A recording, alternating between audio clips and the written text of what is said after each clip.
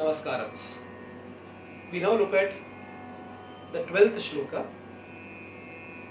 Vidhau klupta dandan swalila dhritandan triraste bhashundan dvishat kala dandan hatendra rishandan jagatrana shaundan sadate prachandan shraye bahu dandan. So last time we saw that the Acharya was now praising the chest of the Lord. Now he is praising the hands of the Lord. Now what are the attributes? What are these hands? Why they need to be praised? What have they done? Is what Acharya says. Vidhau klipta dandan. These are those hands which punished Vidhi. That is Brahma. Brahma is called Vidhi because he is the one who writes Vidhi or writes the destiny. So he is called Vidhi. So Muruga is punishing it. Are these hands of Muruga that punished Brahma. What is the story behind it?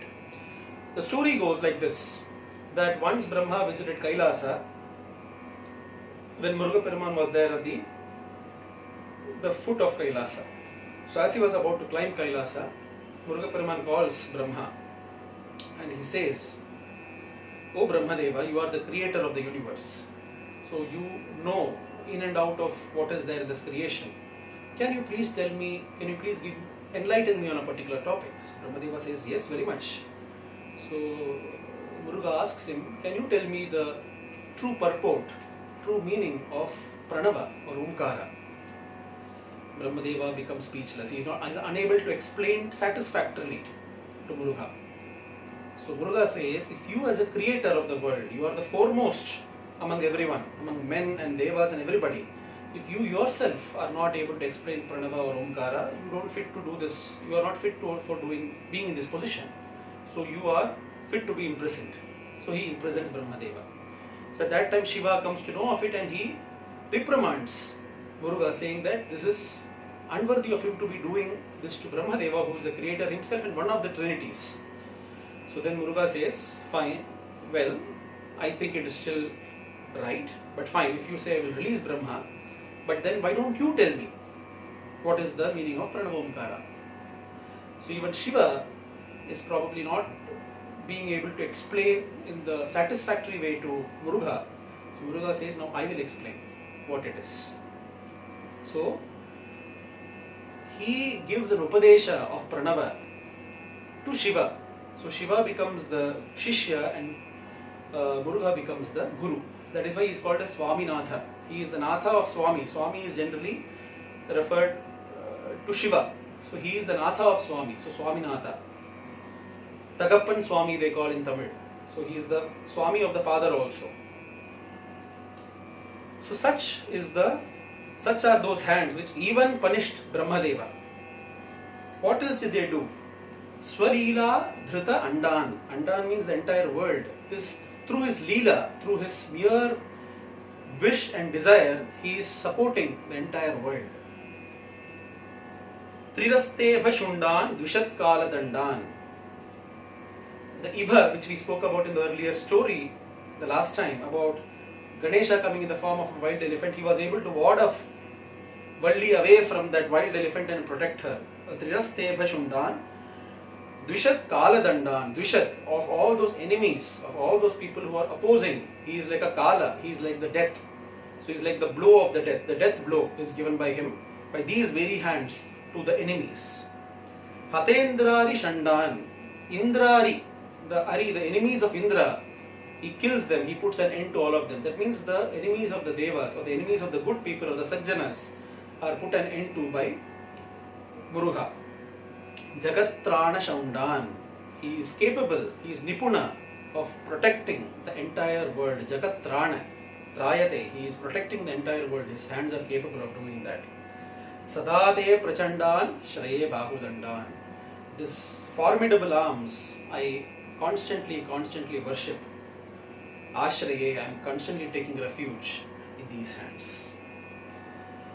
Now, after worshipping the hands, the Acharya now moves on to the face.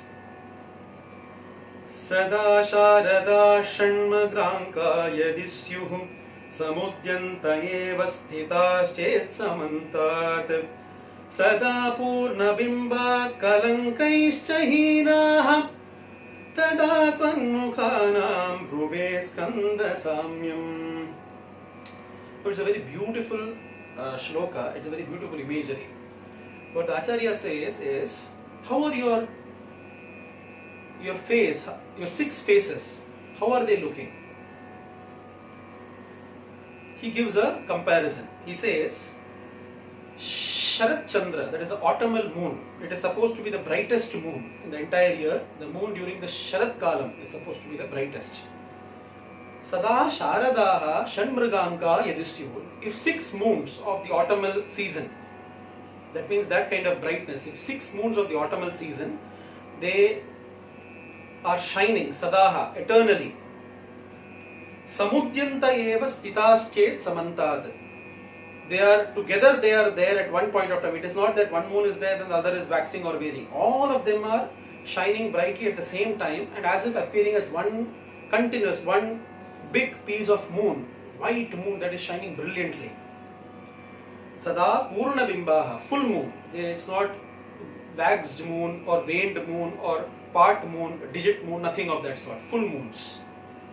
Kalanka ishta hinaha, no spot, no kalanka on those moons. So pure white, perfectly white and brilliantly shining.